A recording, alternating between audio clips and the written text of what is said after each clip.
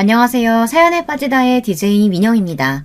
오늘도 두 가지 사연 준비되어 있는데요. 첫 번째 사연 시작하기 전에 구독과 좋아요 버튼 꼭 눌러주세요. 그럼 오늘의 사연 함께 만나볼게요. 안녕하세요. 마흔을 바라보고 있는 아줌마입니다. 딸 하나, 아들 하나, 남편과 같이 살고 있어요. 아침 준비를 하고 다 보내고 집안일을 끝내면 늘 적적하더라고요. 그래서 사연 채널을 듣게 됐습니다. 그러다 하루는 무슨 용기가 났는지 딸아이의 노트북을 빌려 제 이야기를 적게 됐어요. 적은 김에 아이들이 사연을 신청해보라고 해서 한번 보내봅니다. 저는 일찍이 철이 들었습니다. 어머니 아버지께서 장사를 하셔서 늘 일찍 집을 나가셔서 제가 집안일을 도왔고 가끔 어머니께서 부업으로 집에서 일을 하시면 저도 함께 도왔습니다. 첫째라 늘 제가 동생들을 챙겨야 했고 모범이 되어야 했어요. 다행히 동생들은 착해서 제 말을 잘 따라줬고요. 하지만 크고 나서는 막내가 말썽을 피우기 시작하더라고요. 저희 집은 저를 포함 4자매와 어머니, 아버지, 할머니, 할아버지와 함께 살았는데 할머니, 할아버지는 편찮으셔서 저희 4자매가 돌봐드려야 했습니다. 막내는 이런 저희 집이 싫었는지 12살이 되던 해부터 삐뚤어지기 시작했습니다. 부모님도 포기할 만큼 일찍이 질풍노도의 시기를 겪었어요. 가족들과는 얘기를 하지 않았어요. 하지만 전 그런 동생을 기다려주고 바른 길로 가도록 도왔습니다. 괜히 뭐라고 했다가는 더 삐뚤어질 것 같아서 다독였습니다. 그래서 그런지 저와는 말을 했어요. 자주는 하지 않지만 제가 물어보면 대답을 해주더라고요. 하지만 괜찮아질 기미가 안 보였어요. 하지만 걱정과 달리 동생은 제 생각과는 달리 금방 정신을 차렸습니다. 제 동생이 15살이 되던 해 추운 겨울날 할머니 할아버지께서 돌아가셨습니다. 저희 할머니와 할아버지는 사이가 굉장히 좋으셨습니다. 할아버지는 치매가 심하셨는데 정신을 차릴 때마다 어느 순간부터 아버지께 같은 이야기만 하셨다고 했어요. 할매 죽는 거 보고 가련다. 네 엄니 내가 잘 데려갈 테니까 걱정 말고 니네들 잘 살 걱정해. 할아버지는 얼마 안 남았다는 걸 아셨을까요? 할머니가 돌아가시고 얼마 안 있다가 돌아가셨는데요. 저는 아버지가 그렇게 서럽게 우시는 건 처음 봤어요. 아버지가 우시는 걸 보고 저도 눈물이 났지만 참아야 한다는 생각에 꾹 참았습니다. 근데 막내가 그 모습을 보고 펑펑 울더라고요. 저는 막내를 안아줬습니다. 괜찮아. 언니, 미안해. 할머니, 할아버지, 죄송합니다. 막내도 내심 할머니, 할아버지를 걱정했나 봐요. 매번 이런 집구석 싫다고 소리치고 부모님 앞에서 할머니, 할아버지 언제 돌아가시냐고 보기 힘들다고 참 못된 말들을 많이 했었는데요. 막상 돌아가시니 죄송했나 봅니다. 그 이후 막내는 정신을 차리고 공부에 전념을 했습니다. 막내는 늘 제게 고맙다고 말했어요. 언니, 나 언니 덕분에 정신 차릴 수 있었다? 언니가 나 안아주지 않았으면 나 더 삐뚤어졌을 거야. 고마워 언니. 나 평생 언니한테 고마워할 거야. 나는 언제나 언니 편이니까 언니도 힘든 일 있으면 언제든지 말해. 할머니 할아버지가 돌아가시고 저희 가족은 더 돈독해졌습니다. 그렇게 저희는 하나둘 부모님 곁을 떠나 독립을 했고 막내는 공부를 하고 저와 쌍둥이 동생들은 직장을 다녔습니다. 직장에서 처음 남편을 만났어요. 남편은 제 사수였는데 남편이 저를 꼬시더라고요. 제가 제일 싫어하는 능글맞은 성격이었는데요. 직장 사람들이 워낙 별로라 그런가 그런 남편이 다정해 보여 저도 모르게 빠지게 됐습니다. 결국 저희는 직장 사람들 모르게 연애를 시작했어요. 몇 년 연애 끝 프로포즈를 받아 결혼 약속을 하게 됐어요. 그리고 서로의 부모님께 허락을 받으러 갔는데요. 쉽지 않았습니다. 저희 어머니도 반대하시고 시부모님도 반대를 하시더라고요. 시부모님은 제가 그냥 마음에 안 드시는지 인사를 드릴 때부터 좋지 않게 봤어요. 어머니는 남편이 장남이라고 반대를 했고요. 시부모님이 반대하는 이유가 있었습니다. 저희 남편이 제일 늦게 결혼했는데 동서들은 다 의사라 괜찮은 조건을 가지고 있었거든요. 의사 며느리를 뒀다고 아주 자랑스럽게 생각하고 계셔서 장남에게도 기대를 했었는데 그게 저였으니 실망했지 않을까 싶습니다. 반대하는 결혼을 해야 하나 저희는 이 문제로 많이 다퉜습니다. 저는 이쯤에서 헤어지는 게 맞다고 이야기했고 남편은 부모님의 반대로 헤어질 수 없다며 저를 붙잡았습니다. 저희 남편은 어머니에게 무릎을 꿇고 빌었어요. 장모님, 걱정할 일 없게 하겠습니다. 한 번만 받아주십시오. 잘하겠습니다. 내가 왜 자네 장모인가? 어머니는 절대 안 된다고 못을 박았습니다. 저는 어쩔 수 없이 어머니를 붙잡고 무릎을 꿇었어요. 제발, 내가 엄마 속썩인 적 있어요? 없잖아. 결혼만큼은 내가 사랑하는 사람이랑 하면 안 될까? 결국 어머니는 결혼을 허락했습니다. 남은 건 시아버지 뿐이셨어요. 결국 허락을 받았습니다. 하지만 조건이 있었어요. 시댁에 들어가서 사는 조건으로 결혼을 했습니다. 어머니는 그 소식을 듣고 힘들 거라고 반대를 했지만 저는 괜찮을 거라고 설득을 했습니다.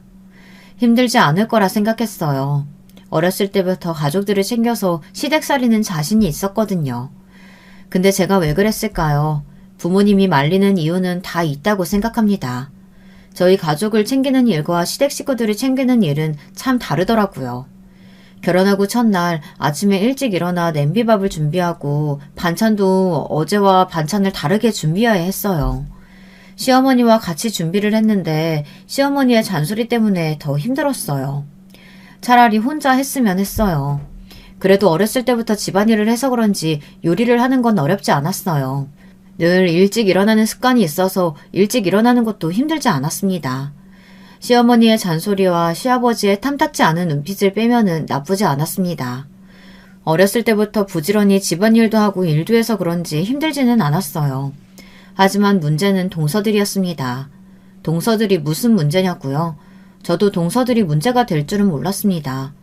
공부도 열심히 하고 을사라 성격도 친절할 줄 알았는데 자기 잘난 맛에 살고 남을 무시하더라고요. 가끔이지만 서방님들도 저희 남편을 무시하는 말을 할 때가 있더라고요. 물론 일부러 그런 건 아닌 것 같다는 느낌을 받았지만 무의식적으로 나온다는 건 뭐겠습니까?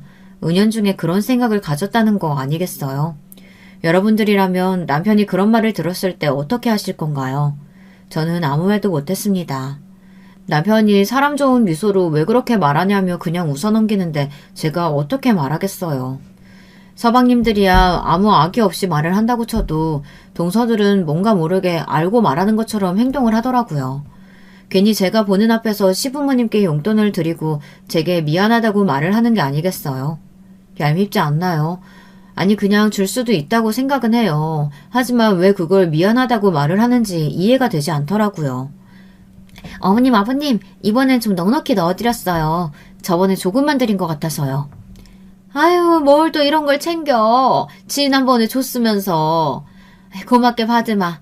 내가 을사며느리 덕에 호강을 누린다, 호강을 누려. 에이, 저희가 한 게 뭐가 있다고요. 바빠서 용돈 드리는 것밖에 없는데요. 그렇게 치면 형님이 더 대단하시죠. 집안일도 도우시고 회사도 다니시고. 첫째야 바쁘지도 않고 빠듯한데 이렇게라도 일을 해야지. 대단하긴.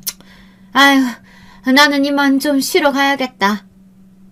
이렇게 보면 제가 그냥 예민한 사람처럼 보일 수도 있는데요. 동서는 늘 저를 한번 보고 용돈을 드리더라고요. 마치 자랑하는 것처럼요. 형님 죄송해요. 괜히 제가 형님 보이는 곳에서 들여가지고 어머님께 안 좋은 소리 듣고.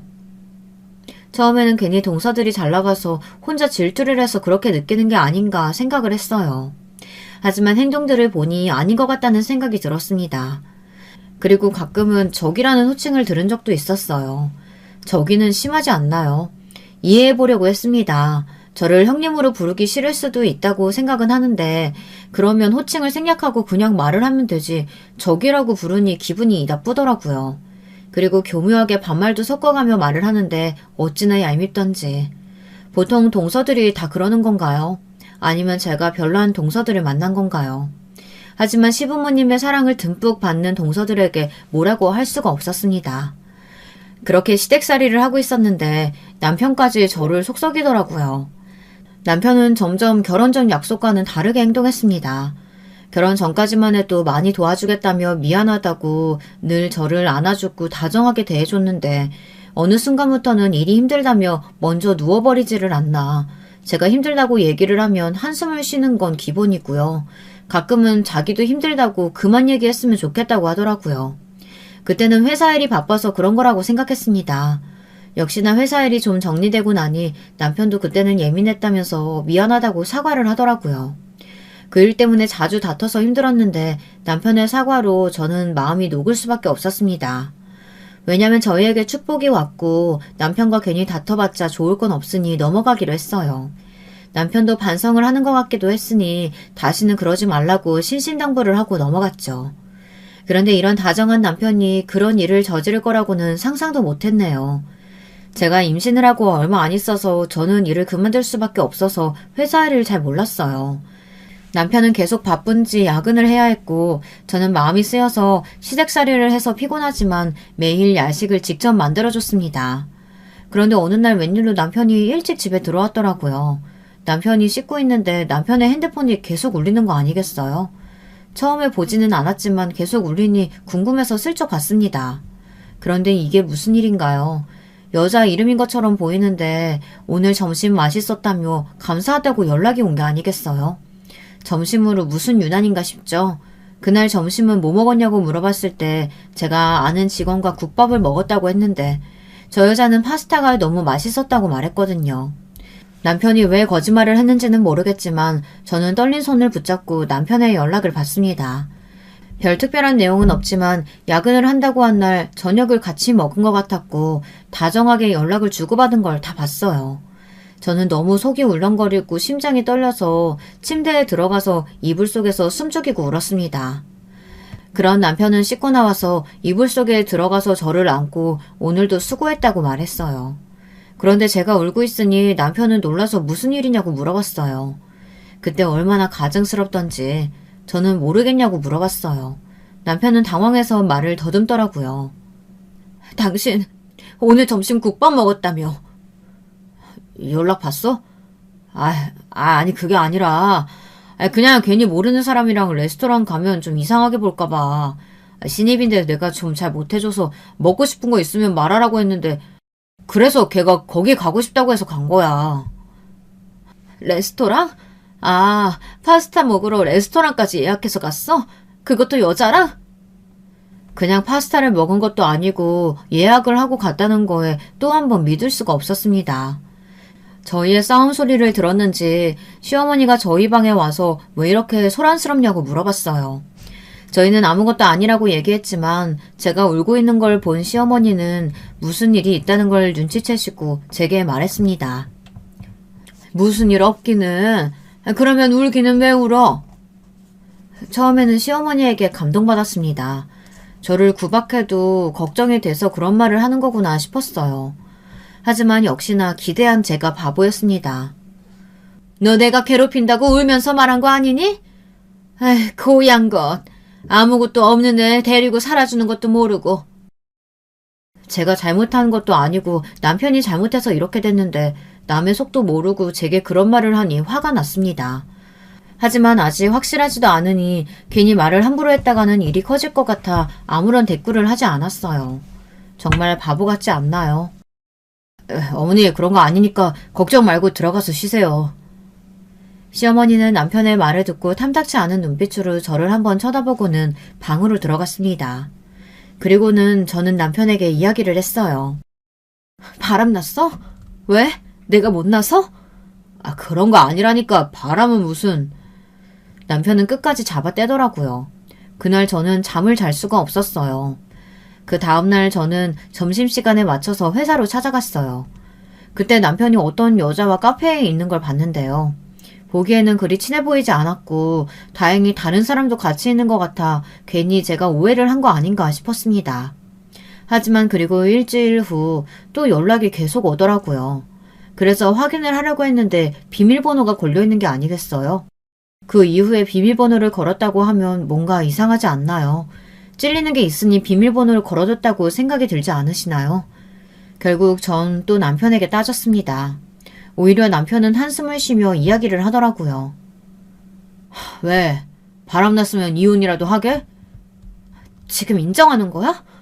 아니, 그냥 물어보는 거잖아. 나 바람 같은 거 안 피워. 그냥 됐다. 왜? 왜 뭐가 됐다는 건데? 아니 뭐 진짜 뭐 문제 있어? 나 실은 회사 찾아갔었어. 뭐? 당신 하다하다 회사까지 찾아오고 참 대단하다. 남편은 저를 비꼬기 시작했어요. 그래, 그러니까 그냥 솔직하게 말해. 내가 어머님 아버님한테 말하기 전에. 아니면 당신 말대로 이혼해야지 뭐. 뭐? 말이 너무 심한 거 아니야? 이혼이란 말이 그렇게 쉽게 나오냐? 이혼은 당신이 먼저 말했어. 그건 그냥 하는 말이지. 왜 그렇게 꼬아서 들어? 저희는 그렇게 싸움이 계속됐고 결국 지쳐서 잠에 들고 말았어요. 저희는 며칠 동안 말을 하지 않았습니다. 답답한 마음에 저는 막내에게 전화를 했어요.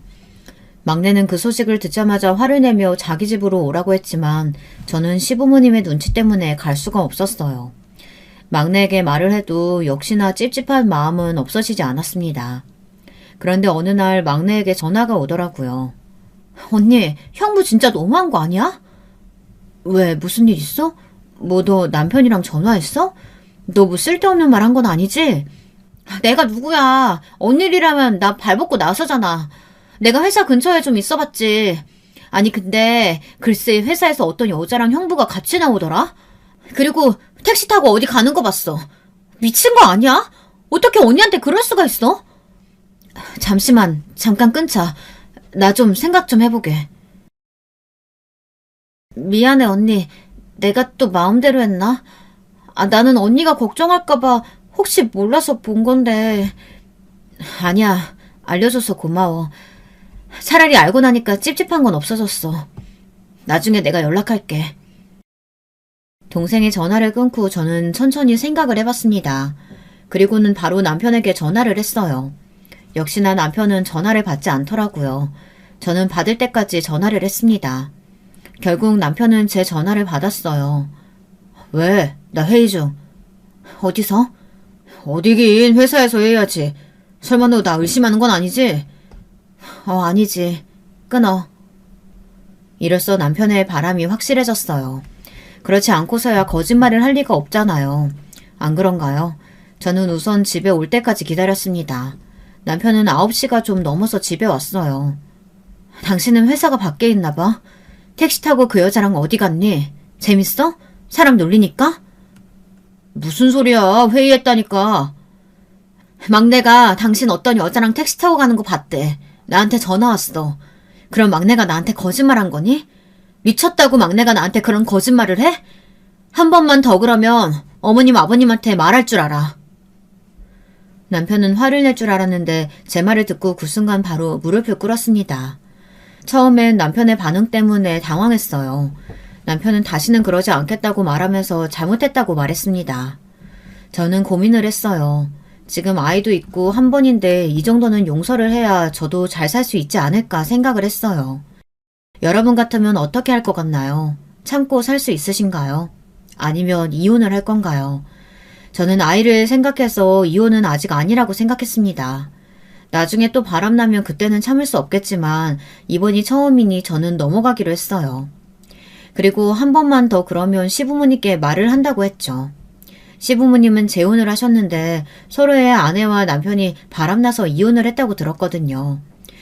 그래서 시부모님은 바람을 극도로 싫어한다는 사실을 알고 있었습니다.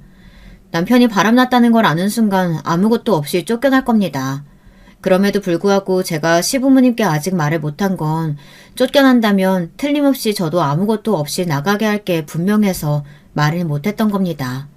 장손이라고 집에 살면서 이것저것 해줬는데 바람 피운 걸 아는 순간 모든 지원을 끊을 게 틀림없었어요. 그 이후로 그 여자를 정리했는지 일찍 집에 들어오고 핸드폰 비밀번호도 없앴더라고요. 그리고 제 눈치를 보며 제가 조금만 힘들어해도 힘든 거 있냐며 저에게 안마를 해주는 게 아니겠어요. 처음부터 그러면 됐었는데 걸리고 나서 이런 행동을 하니 씁쓸하기는 했습니다. 그래도 노력하는 모습을 보면 자기도 반성하는 것 같아 다 받아줬어요. 그리고 저는 출산을 하게 됐고 남편은 지극정성으로 저를 돌봐주었고 저는 그 모습에 마음이 풀어져 바람 피운 걸 잊어야겠다고 결심했습니다. 그런데 이 모습이 시어머니 눈에는 꼴불견이었나 봅니다. 어느 날 시어머니가 제게 한 소리를 하더라고요. 아니 남편을 얼마나 삶아 먹었으면 우리 애가 찍소리도 못하고 눈치 보면서 행동하니? 너 우리 애한테 너무 뭐라고 한 거 아니야? 진짜로 억울했습니다. 저는 당장이라도 남편의 외도 사실을 말하고 싶었지만 참았어요. 어머니, 저는 아무 말도 안 했는데 남편이 그러는 거예요. 저는 뭐 아무것도 안 했어요. 출산하고 힘들어해서 그런 거 아닐까요? 그런데 그 이후로 시어머니의 행동이 조금 달라지시더라고요. 원래도 제게 친절하게 대하지는 않았지만 뭔가 모르게 조금 차별을 당하고 있다는 생각이 들더라고요. 시어머니가 밥 먹을 때도 차별을 하지 뭡니까? 가끔 그런 시어머니가 있다고는 들었거든요. 근데 저희 시어머니가 그럴 줄은 몰랐습니다. 아무리 그래도 유치하게 이런 차별은 안 할 거라고 생각했는데 사소한 걸로 차별을 두더라고요. 먼저 밥을 먹을 때 저는 전에 남았던 밥을 주고 다른 식구들은 다 갓 지은 밥으로 주더라고요. 하지만 저는 어릴 때부터 동생들에게는 갓 지은 밥을 주고 저는 남은 밥이나 동생들이 먹다 남은 반찬들과 밥을 맛있게 먹었어서 아무렇지도 않았어요. 또 고기를 먹을 때 저만 탄 부분을 주더라고요. 하지만 그것 또한 어릴 때부터 괜찮은 부위는 동생들에게 주고 저는 좀 타거나 지방이 많은 부분을 먹어서 그런지 아무렇지도 않았습니다. 그저 그냥 차별하는 게 눈에 보여서 그거 자체가 기분이 안 좋았어요. 그런데 제가 잘 먹어서 그런가 시어머니가 약이 오른 게 보이더라고요. 어느 날은 제게 살을 빼야 하지 않겠냐며 밥을 강제로 조금만 주는 게 아니겠어요? 저는 원래 살이 잘 찌는 체질이 아니라 말랐었는데 임신할 때 좀 많이 먹어서 정상 체중보다 조금 위로 쪘었거든요. 임신을 했어도 절대 뚱뚱한 편이 아니었는데 그냥 제가 꼴 보기 싫었는지 다이어트를 하라고 하더라고요. 출산 후에도 여자는 몸매 관리 좀 해야지. 계속 밥만 먹으니 그렇게 배는 안 빠지지. 너 앞으로 조금만 먹어라. 산후조리도 제대로 못하고 시댁살이 하느라 몸이 지쳐있는데 밥까지 못 먹으니 힘이 없더라고요. 밥을 조금만 먹으니 기운도 안 나고 제대로 집안일을 할 수가 없었어요. 너는 엄마가 돼서 힘을 좀 내야 되는데 매일 힘이 없이 다니니 애가 뭘 배우고 배우겠어? 힘 좀 주고 다녀. 그 말을 듣고 시어머니는 찔렸는지 더는 그 소리를 안 하더라고요. 그 이후로 저녁 때는 식사량이 조금 늘기는 했지만 여전히 부족했습니다. 그런데 그 덕에 남편이 맛있는 간식들을 사오기 시작하더라고요. 남편은 시어머니가 가끔 이상한 고집을 피울 때가 있다고 그러면서 몰래 맛있는 음식들을 제게 주더라고요. 그래서 저는 그걸로 버틸 수가 있었어요. 하지만 매번 간식으로만 버틸 수 있는 게 아니잖아요. 매번 밥은 조금 먹지 야식 먹고 바로 잠을 자야 하니 위가 좋을 리가 있겠습니까? 몸이 너무 안 좋아져서 저는 앓기 시작했어요. 그래서 아무것도 못하고 침대에서 일어날 수가 없었어요. 미안해서 그런지 아니면 자기가 집안일을 하기 싫어서 그런지 어머니가 죽을 끓여다 주더라고요. 얘가 비실비실해서는 나 원참 이거 먹고 얼른 정신 차리거라. 그 이후 어머니는 제게 살 빼라는 이야기를 하지 않으셨어요. 시어머니가 얄밉기는 했지만 이 정도는 괜찮았고 그 덕에 남편이 저를 더 잘 챙기는 계기가 돼서 나쁘지만은 않다고 생각했습니다. 그 이후로도 조금씩 제게 차별을 했지만 원래 제가 무던한 성격이라 그런지 참고 넘길 수 있었어요. 하지만 저희 어머니가 볼 때는 속상하셨는지 오랜만에 친정 식구들을 보러 갔을 땐 어머니 아버지가 힘들면 바로 연락하고 친정으로 오라고 저를 꼭 안아주셨어요. 그리고는 어머니가 남편을 노려보며 꼭 끝까지 잘 책임져야 한다며 잔소리를 했습니다. 든든한 가족 덕에 저는 힘이 났습니다. 그리고 쌍둥이 동생들은 막내에게 들었는지 남편을 볼 때 노려보며 제게 잘하라며 자기들이 지켜보고 있다고 하지 뭡니까. 그 모습이 너무 귀여워서 제 동생들이 더 사랑스럽게 느껴졌어요. 그래서 그런가 남편은 친정 식구들에게 아주 잘해줬습니다. 물론 자기가 잘못한 게 있으니 그렇겠죠. 원래는 능글맞은 사람이라 눈치 같은 거 잘 보지 않고 잘 피해가며 사는 사람인데 그 일 이후 눈치를 보는 게 조금 짠하기도 하더라고요. 제가 남편을 좋아해서 그런 걸까요? 여러분은 어떻게 생각하시나요? 바람피운 남편이 반성하며 눈치 보며 사는 모습이 짠하지 않나요? 남편이 정말 잘해주기는 했거든요. 그래서 시댁살이가 힘들어도 참고 살 수 있기도 했고요. 제가 남편 이야기와 시어머니 얘기를 너무 했던 것 같네요. 이제는 시아버지 이야기도 좀 해보려고요. 시어머니가 제게 차별을 한다고 말씀드렸죠. 시아버지는 한결같이 저를 못마땅하게 생각하는 것 같았습니다. 그래서 제게 말을 잘 거시지도 않았죠. 그냥 제가 뭘 하는지 지켜보기만 하고 가끔 하시는 말이라고는 이거 치워라, 국이 짜다, 반찬이 싱겁다 이런 말 정도였습니다. 동서들에게는 일이 힘든지 안 힘든지 요즘 애 키우는 건 어떤지 이런 것도 물어보시면서 제게는 잔소리만 하셨어요. 그런데 시아버지가 제게 조금 마음을 여는 날이 온 겁니다. 계기는 그리 좋은 습관은 아니었어요. 시아버지가 갑자기 쓰러지셨기 때문이에요. 쓰러지신 것 덕분에 시아버지는 저에게 마음을 열기 시작했습니다. 사건은 이랬습니다. 어느 주말에 있었던 일입니다. 가족들끼리 밥을 먹고 과일을 먹는데 시아버지 안색이 그리 좋지는 않더라고요. 그러면서 심장을 부여잡으며 숨을 가파르게 쉬고 계시는 겁니다. 식은땀을 흘리며 힘겨워하고 계셨습니다. 시어머니는 놀라셔서 울며 구급차를 불러야 한다고 했지만 시아버지는 괜찮을 거라고 체한 것 같다고 말씀하셨어요. 하지만 제가 보기에는 좋지 않은 것 같아 제가 119에 전화를 했습니다. 남편과 시아버지도 괜찮다고 저를 말렸지만 들리지 않았어요. 갑자기 할머니 할아버지가 생각나서 그런지 저는 단호하게 구급차를 불렀습니다. 무슨 일이 있는지 없는지는 나중에 알게 되겠죠. 일단 검사 받고 오세요. 그냥 체한 거 그렇게 유난스럽게 구급차까지 부르고 내가 아프다고 다 소문낼 셈이냐? 그 와중에도 시아버지는 제게 혼을 내시는 게 뭡니까? 하지만 서운한 것보다는 점점 안색이 안 좋아지시는 시아버지가 괜찮아지셨으면 좋겠다는 생각이 가득했습니다. 구급차가 오고 시아버지는 병원으로 갔어요. 그 뒤 조금만 더 늦었으면 안 좋았을 거라고 심근경색이라고 하지 않겠어요. 정말 다행이지 않나요? 시아버지의 말만 들었으면 시아버지를 못 볼 수도 있다는 생각에 가슴이 철렁했습니다. 그 이후로 저는 시아버지의 건강을 체크하며 시아버지를 돌봤습니다. 처음에는 툴툴거리며 뭐 이런 것까지 하냐며 화를 내셨지만 내심 좋으셨는지 제가 말하는 건 다 따라주시더라고요. 서방님들에게도 이야기하자 동서들은 오지 못했고 서방님들이 동서들이 줬다며 용돈을 드리더군요. 근데 조금 이상했습니다. 평소 같으면 역시 우리 의사며느리가 최고다 이러면서 웃으실 텐데 처음으로 동서들에게 뭐라고 하더라고요. 시애비가 아프다면 좀 얼굴이라도 비춰야 하는 게 맞는 거 아니냐? 고얀 것들. 아버지, 무슨 말씀을 그렇게 하세요. 언제는 최고라면서. 바쁘니까 그렇죠. 좀 봐주세요. 첫째 봐라. 내 몸 생각해서 몸에 좋은 음식만 하고 지극정성으로 챙기고 있는데 딸랑 용돈이나 보내고. 아휴. 이게 무슨 일인가요? 시아버지가 제 칭찬을 하고 동서들을 나무라는 게 아니겠어요? 시어머니는 그걸 듣고 그러지 말라며 애들도 바쁘니 그런 거 아니겠냐며 동서편을 들었어요. 그래요. 형수님은 일도 안 나가시니 이런 거라도 해야죠.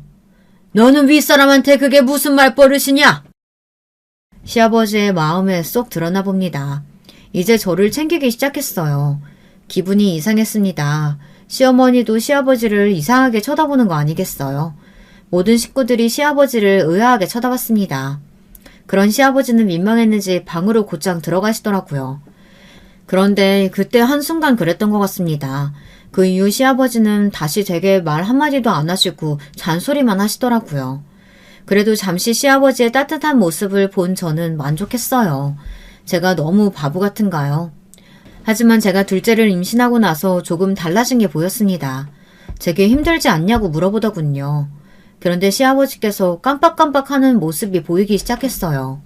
제가 남편에게 이야기하자 남편도 요즘 느낀다면서 병원에 가야 할 것 같다고 했어요. 시아버지는 치매 진단을 받으셨고 하루하루 안 좋아지셨습니다. 시어머니는 그 이후로 마음이 좋지 못하셨는지 매일 누워 계셨고 저는 시아버지, 시어머니 두 분 다 모셔야 했어요. 시어머니는 시아버지의 치매 소식으로 마음의 병을 얻으셨어요. 오히려 저는 잔소리하는 두 분이 그리웠습니다. 시간이 흘러 저는 둘째를 출산하게 됐고 남편이 슬슬 따로 사는 게 어떻겠냐고 말했습니다. 하지만 저는 거절했어요. 두 분 다 아프신데 제가 있어야 할 것 같다고 말했습니다. 제가 워낙 어렸을 때부터 가족을 돌봐서 그런지 마음에 밟히더라고요. 남편은 시아버지를 요양병원에 보내면 되지 않겠냐며 말을 하고 저는 반대를 했습니다. 참 이상한 상황 아닌가요? 친자식은 요양병원에 보내자고 하고 며느리가 반대하는 상황이라니. 저도 참 이상합니다. 시아버지의 치매는 생각보다 심하지 않았지만 뭐를 먹었는지 가끔 잊기라도 한 듯 계속 배가 고프다며 제게 음식을 만들어 오라고 하셨어요. 그럴 때마다 저는 방금 밥을 먹었다고 말하고는 시아버지는 화를 내며 자기를 바보로 아냐며 그러면 왜 배가 고프냐고 화를 내셨죠. 그런 모습을 보며 시어머니는 눈물을 훔치며 제게 잔소리를 했습니다.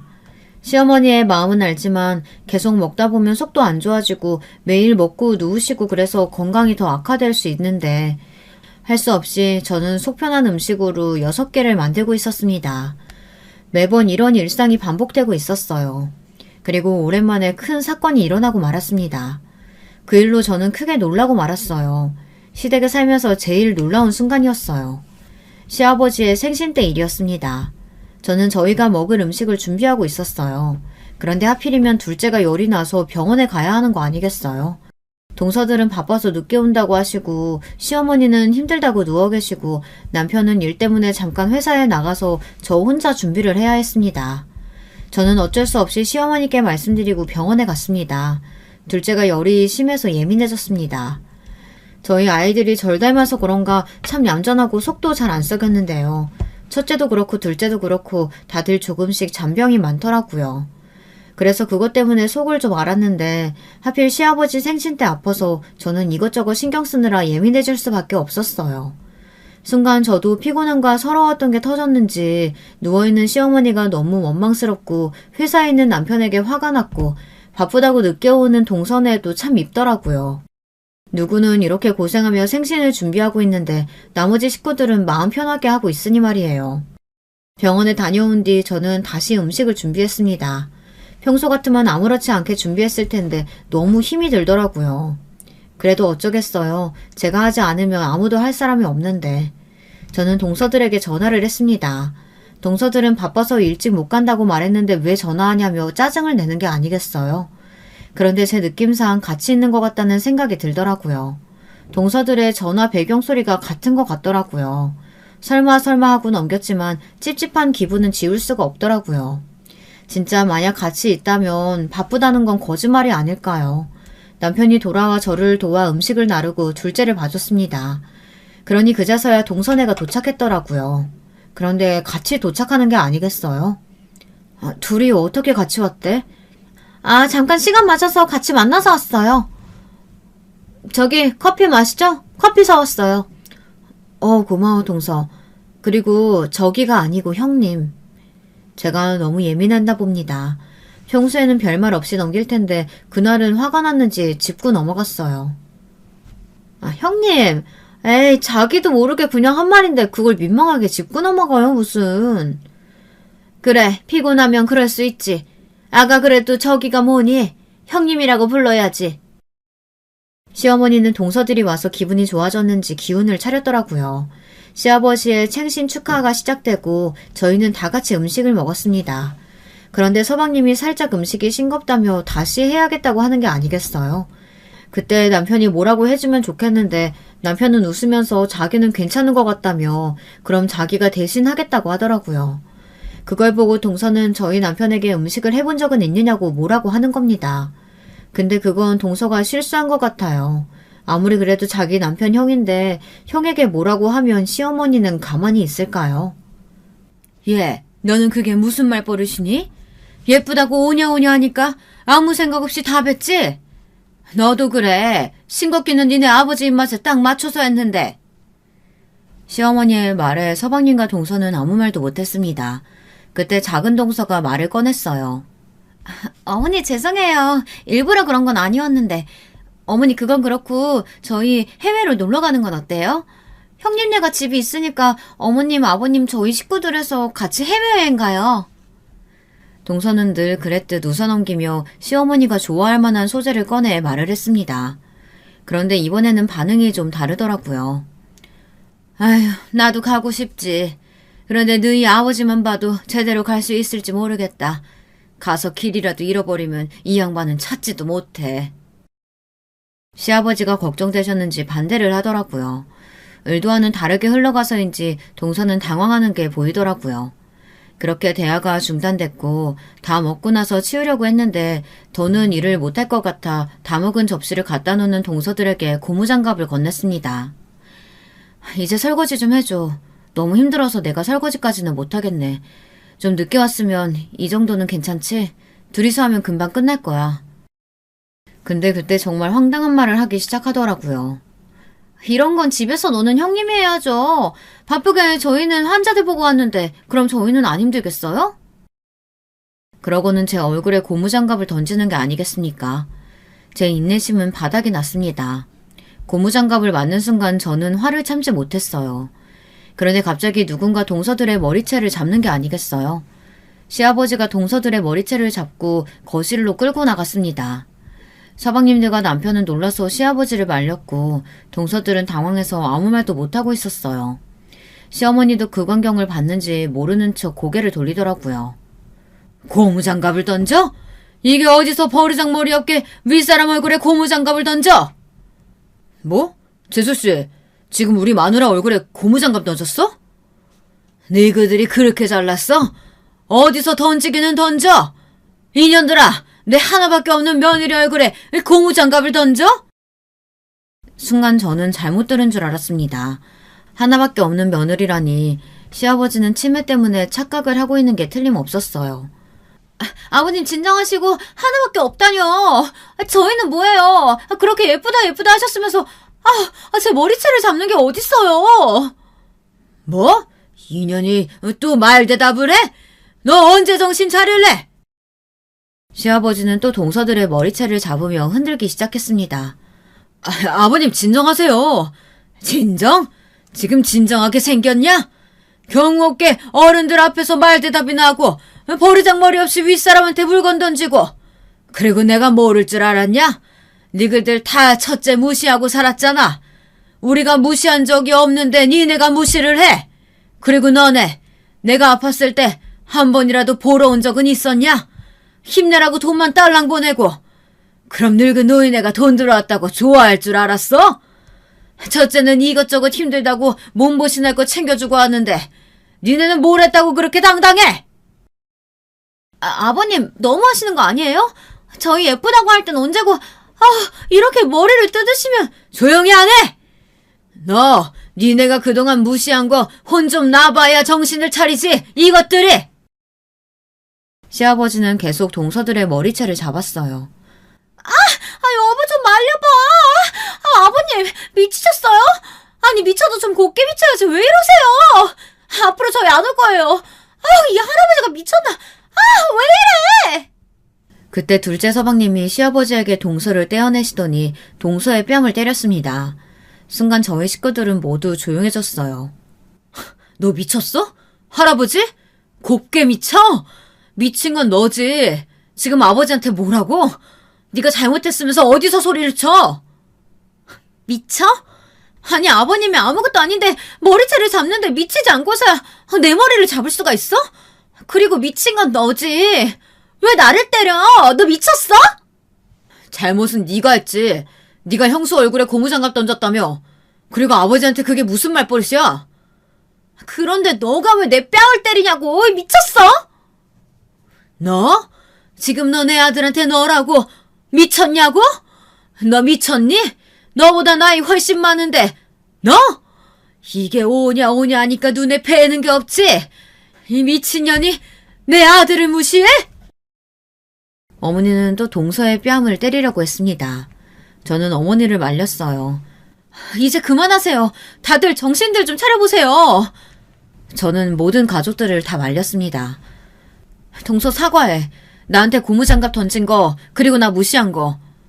그리고 아버님, 저를 위해 그러신 거 감사해요. 그런데 저도 당황스럽네요. 동서들 예뻐하고 저 무시해도 참았고요. 어머님이 저 차별하고 그거 다 참았어요. 그리고 서방님들도 그래요. 제 남편 은근슬쩍 무시하고 동서들이 저 무시하는 거 알면서도 아무 말도 안 하셨잖아요. 그런데 이제 와서 왜 이러시는 건데요?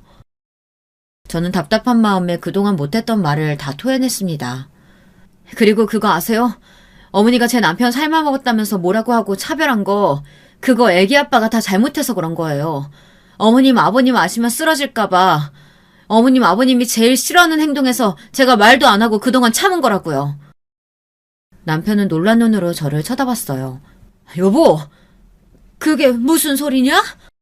왜, 내가 몰랐을 것 같아? 당신이 이때까지 잘했다고 생각하지?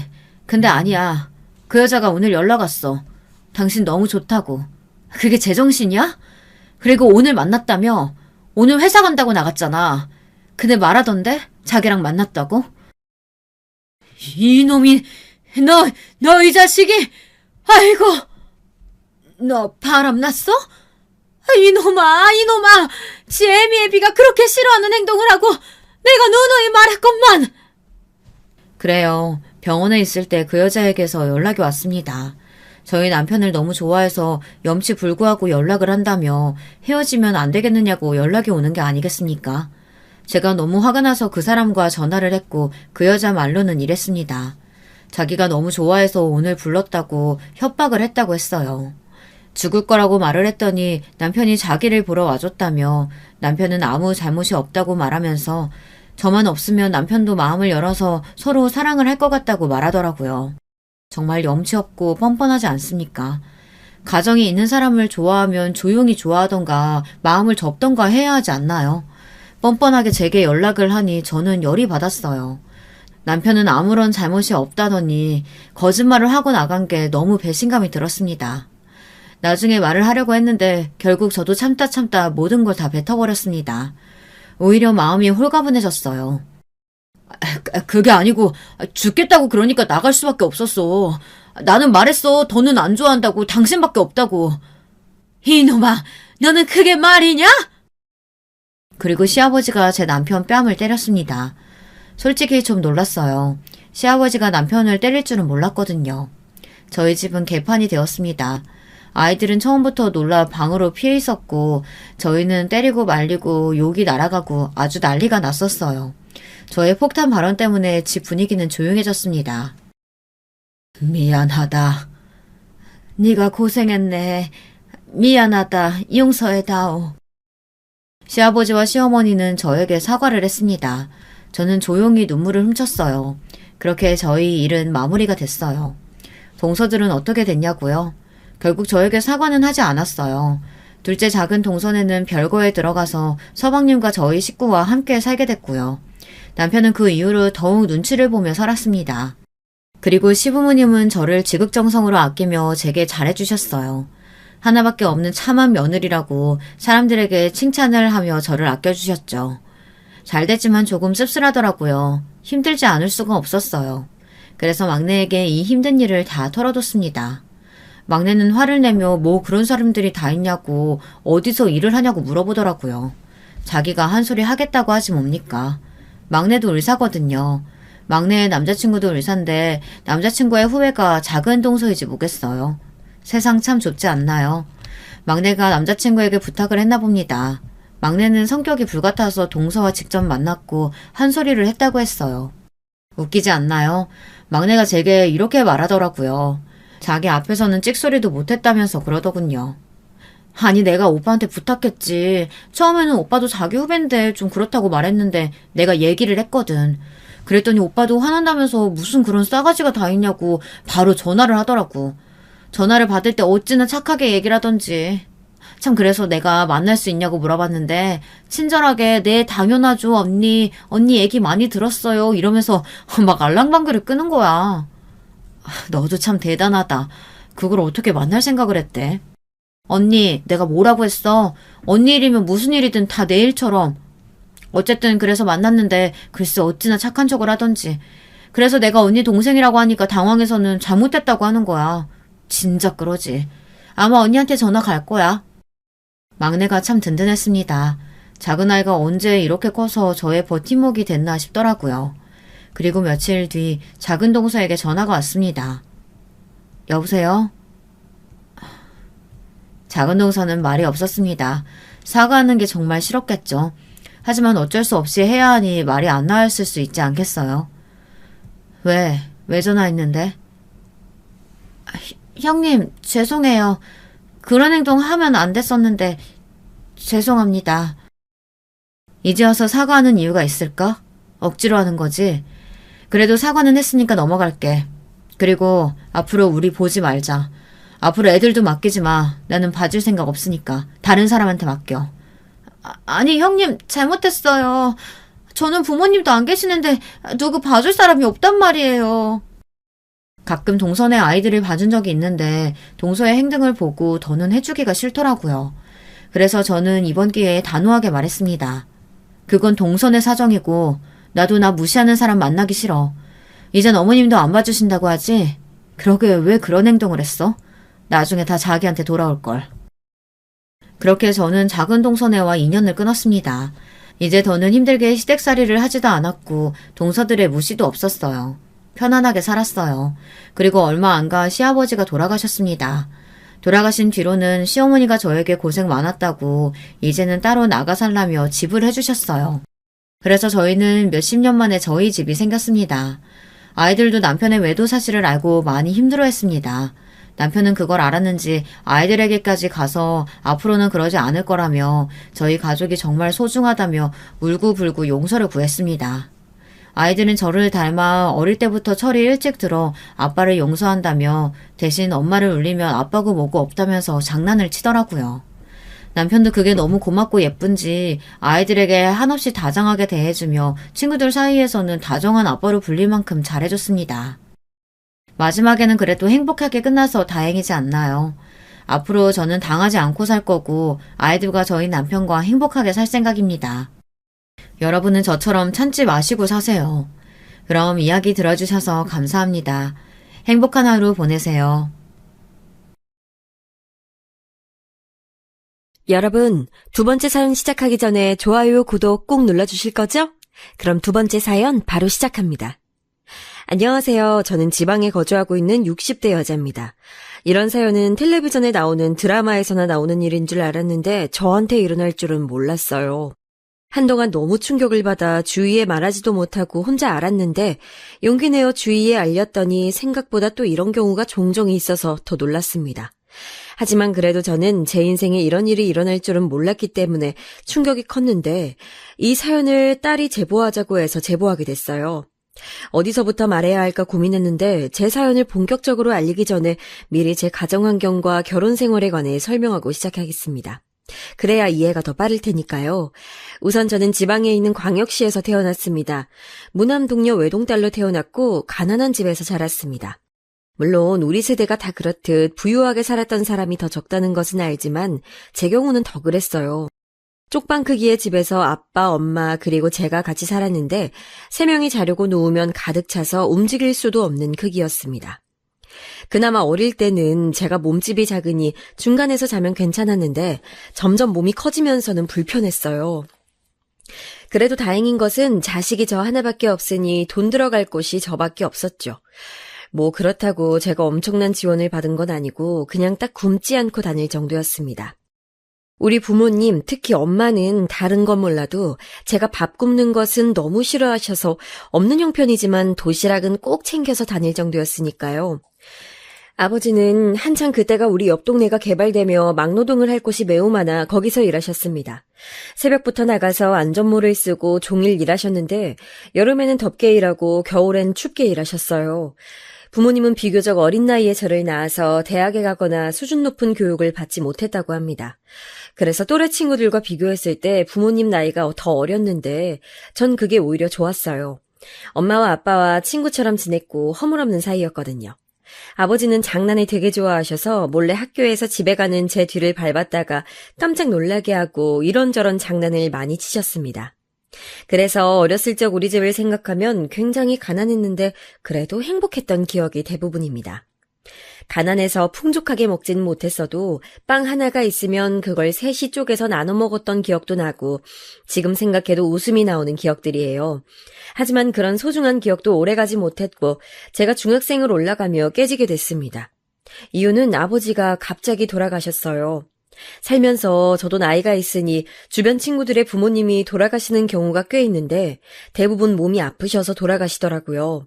암에 걸리시는 게 보편적이고 어디 관절이 아프거나 심장병, 당뇨병 혹은 그냥 노환도 많습니다. 하지만 저희 아버지는 제가 앞서 말했듯 제 친구들 부모님과 비교했을 때 상당히 젊으셔서 그런 병에 걸리셔서 돌아가신 건 아니에요. 아버지는 공사장에서 일하다가 발을 헛디뎌서 추락사고로 돌아가셨습니다. 저는 그날이 아직도 기억나는데 계절은 봄이었고 학교에서 그 소식을 들었어요. 그날 아침에 아버지가 제가 학교에서 돌아오면 같이 시장에 가서 국수를 먹자고 해서 신난 채로 학교에 갔던 것도 기억해요. 점심도 먹고 수학 수업을 듣고 있었는데 갑자기 담임 선생님이 들어오시더니 저를 따로 불러내셨어요. 순이야, 아버지 돌아가셨대. 빨리 가방 챙겨서 나와. 병원으로 가야 할 것 같아. 젊은 여자 선생님이었는데 선생님은 당신이 더 괴로워하시며 그 말을 전달하셨습니다. 어떤 정신으로 가방을 다 챙겼는지 모르겠는데 병원에 도착하니 엄마가 바닥에 주저앉아 허망하게 있으셨어요. 그냥 진짜 넋을 놓은 것처럼 엄마는 앉아있다가 제가 병원에 도착한 것을 보니 갑자기 제 앞을 막으며 아버지가 돌아가신 모습을 보지 못하게 막으셨죠. 그런 엄마를 막고 억지로 흰색 천을 들어 아버지 얼굴을 봤는데 아직도 그 얼굴이 생생합니다. 아버지는 매우 고통스러워하며 돌아가셨는데 눈도 감지 못해서 의사가 감겨줬다고 하더라고요. 아버지를 그렇게 갑작스럽게 보내고 나서 그 뒤로는 안 그래도 가난한 우리 집이 더 가난해졌습니다. 아버지가 막노동하고 엄마는 식당에 나가서 일했었는데 이제 아버지가 벌어오는 돈이 없으니 자연스럽게 더 가난하고 막막한 생활이 시작됐어요. 진짜 그 시절을 생각하면 너무 배가 고팠던 기억이 대부분입니다. 전 집안 사정을 뻔히 아니까 고등학교에 진학하지 않으려고 했어요. 대신 공장에 가서 돈을 벌어서 엄마와 조금이라도 우리가 굶지 않고 살기 위해 노력했습니다. 하지만 엄마는 제가 꼭 무슨 일이 있어도 학교에 진학해야 한다는 마음이 굳건했어요. 전 학교에 가지 않겠다고 하고 엄마는 왜 안 가냐고 하고 얼마나 싸웠는지 모릅니다. 결국 엄마는 아버지 얘기를 꺼내며 저를 설득시켰어요. 순이야, 너 고등학교 가는 거 아버지가 얼마나 바랐는데. 고등학교는 나와야 그래도 먹고 사는 게 더 쉬워서 그래. 저는 저 말을 듣고 결국 고등학교에 진학하게 됐습니다. 버스를 타고 1시간은 가야 나오는 학교에 다니느라 얼마나 힘들었는지 몰라요. 그래도 엄마가 힘들게 식당에서 밤늦게 일하며 돈 벌어오는 것을 누구보다 잘 아니까 내색하지 않았습니다. 실업계 고등학교였는데 전 거기서 회계를 배웠어요. 고등학교도 당연히 돈이 없으니 힘들게 다녔습니다. 그때 당시 우리 학교는 도시락을 싸오라고 했는데 다른 친구들의 도시락 반찬을 보고 얼마나 부러웠는지 몰라요. 다들 햄이나 소시지 같은 반찬을 먹을 때 전 그냥 김치 하나였거든요. 그렇다고 엄마가 밉거나 그러진 않았고 오히려 그럴수록 내가 꼭 성공해야 한다는 사명감이 생겼습니다. 특히 이 마음은 제 친구 중에 부잣집 딸이 있었는데 걔네 집 놀러 갔다 오면서 더 커졌어요. 대문 밖에서부터 크기가 남달랐던 친구 명희의 집은 거짓말이 아니고 명희네 집의 화장실이 우리 집 크기보다 컸습니다. 다른 친구들은 명희에게 부럽다고 하며 간식을 잘만 먹었는데 저는 그 간식이 목으로 넘어가지도 않았어요. 명희 어머님은 참 우아하시고 다정하셨는데 그런 모습을 보며 저도 빨리 졸업해서 돈을 벌어서 우리 엄마 호강시켜줘야겠다고 생각했어요. 어릴 때부터 참 가난했지만 그래도 우리 가족은 세상에 서로밖에 없는 건 잘 아니까 사이는 또 좋았습니다. 아버지가 돌아가시고 나서는 특히 더 그랬어요. 엄마와 저는 사소하게 다투기도 하면서도 늘 서로가 우선이었습니다. 3년이 지나고 졸업하게 됐는데 엄마는 제 고등학교 졸업식 날 얼마나 울었는지 몰라요. 좋은 날이니 울지 말라고 해도 엄마는 눈물을 멈추지 못했습니다. 그리고 저는 고등학교 졸업식을 하기도 전에 취업하게 됐는데 학교에서 우수 학생들만 뽑아서 대기업에 합격시켜주던 제도가 있었어요. 아마 상고를 나오신 분들은 다 아실 텐데요. 전 제가 제대로 살기 위한 유일한 방법은 공부밖에 없는 것을 알았기 때문에 엄청나게 열심히 공부했습니다. 다행히 그런 저를 학교 선생님들이 예쁘게 봐주셔서 무사히 우수한 성적으로 취업도 할 수 있었어요. 다 좋았지만 한 가지 안 좋았던 점은 바로 엄마와 떨어져야 한다는 소식이었습니다. 제가 태어났던 곳도 광역시라 발달이 더딘 건 아니었는데 합격한 회사는 서울에 있었기 때문에 저는 홀로 서울로 가게 됐어요. 처음엔 엄마도 같이 서울에 가려고 했는데 현실적으로 집을 다시 구하는 게 힘들기도 했고 또 둘이 살 곳을 구하는 것은 훨씬 더 힘들었습니다. 그래서 저는 혼자 20살이 되자마자 서울로 올라왔어요. 엄마와 둘이 살던 집도 작았는데 서울에 와서 혼자 살게 된 집은 더 작았습니다. 그 공간은 집이라기보다는 방이라고 해야 맞는 것 같은데 옥탑방이었어요. 버스를 2번 갈아타서 회사에 가야 했는데 그래도 돈을 버니까 그것마저 좋았습니다.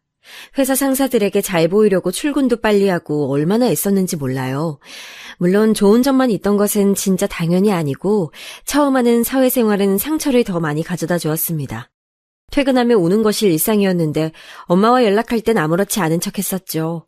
그렇게 3년을 일하면서 저는 최소한의 돈만 남겨두고 죄다 저축했었는데 엄마한테도 매달 돈을 보내줬습니다. 외식도 하지 않고 사고 싶은 것도 절대 사지 않고 옷도 한두 개로 돌려 입으며 차곡차곡 돈을 모았어요. 남들은 다 하는 연애도 하지 않고 열심히 돈을 모으고 있었는데 전 어느 날 청천벽력 같은 소식을 듣게 됐습니다. 바로 엄마가 아프다는 소식이었어요. 엄마는 제가 그 소식을 아는 것을 극도로 싫어하셨는데 병원 응급실에서 저한테 전화가 와서 알게 됐습니다. 심지어 심각한 사안이라기에 저는 다니던 회사를 그만두고 다시 광역시로 내려왔어요. 제가 이걸 말하면 저를 이해 못하는 분들도 많던데 당시에 저는 엄마가 세상 전부였고 제가 돈을 버는 이유도 엄마였습니다. 아버지도 안 계시고 유일하게 남은 가족이 엄마 한 명이 유일했는데 엄마가 돌아가시면 저는 제 인생도 끝나는 줄 알았어요. 엄마는 결사반대하며 말렸지만 회사를 그만두고 내려가는 결정 자체를 후회한 적은 단 한 번도 없습니다. 그만두기 전에 회사 부장님이 저를 붙잡으며 차라리 엄마를 서울로 모시고 오라고 하셨는데 저도 당연히 그 생각을 해봤어요. 하지만 엄마는 저에게 짐이 되기 싫다고 하시며 병원 치료도 거부했기 때문에 제가 내려가는 것으로 결국 결정했습니다. 엄마는 엄마가 자랐던 고향으로 가고 싶어 했는데 거기는 완전 시골이었어요.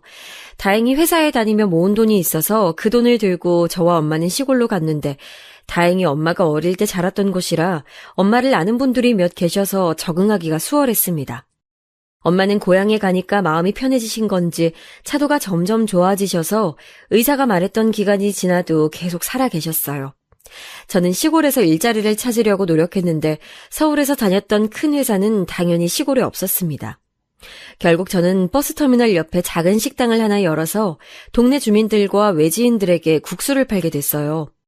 엄마는 서울에서 멀쩡하게 회사 생활을 하던 딸이 당신 때문에 시골에서 국수를 판다고 속상해하셨지만 그래도 저는 행복했습니다. 엄마랑 저는 떨어질 수 없는 사이였고 그때 저한테는 엄마가 1순위였으니까요. 아는 사람이라고는 엄마 한 명뿐이었는데 국수 가게를 운영하면서 나름 주변 상인들과도 친해지고 단골 손님도 생겨서 더 좋았습니다. 어쩌면 장사하는 게 더 나와 잘 맞는다고 느끼게 된 값진 경험이었죠. 그렇게 한 1년 정도 일했을까요? 아침부터 비가 많이 와서 오늘 장사가 과연 잘 될지 의심하며 가게 문을 열었던 날입니다. 그 전날에 엄마를 데리고 광역시에 있던 병원에 다녀오느라 가게 문을 닫았기 때문에 그날은 꼭 열어야 했어요. 장사를 시작하고 다른 날보다는 확실히 손님이 덜 왔는데 오후 3시쯤 어떤 남자 한 명이 들어왔습니다. 동네 사람은 아니었는데 제 또래로 보였어요. 제가 원래 평소에 손님들에게 먼저 말을 거는 성격은 아닌데 그날따라 왠지 말을 걸고 싶어서 걸었더니 역시나 타지 사람이었고 일 때문에 우리 동네에 왔다고 말했습니다. 개발이 진행되면서 우리 동네에 공장이 몇 개 생겼는데 그걸 관리하는 쪽이더라고요. 저보다 2살 많았고 우리는 시간 가는 줄 모르고 대화를 나눴습니다. 그리고 그 손님은 제 첫 번째 남자친구가 됐어요. 알고 봤더니 엄마와 제가 어릴 때 살았던 그 광역시 토박이었고 고등학교도 서로 가까운 곳에서 나왔더라고요. 공통점이 있으니까 우리는 급속도로 친해지게 됐습니다. 이름은 진영이었는데 진영 씨는 제가 엄마를 모시고 병원에 갈 때마다 우리를 도와줬어요. 그러다 보니 엄마도 진영 씨를 마음에 들어 하셨고 당신께서 세상을 떠나도 저를 지켜달라고 진영 씨에게 말하기도 했습니다. 그럴 때마다 진영 씨는 오래오래 살아서 손주들도 봐야 하지 않겠냐고 대답했는데 그게 얼마나 고마웠는지 몰라요.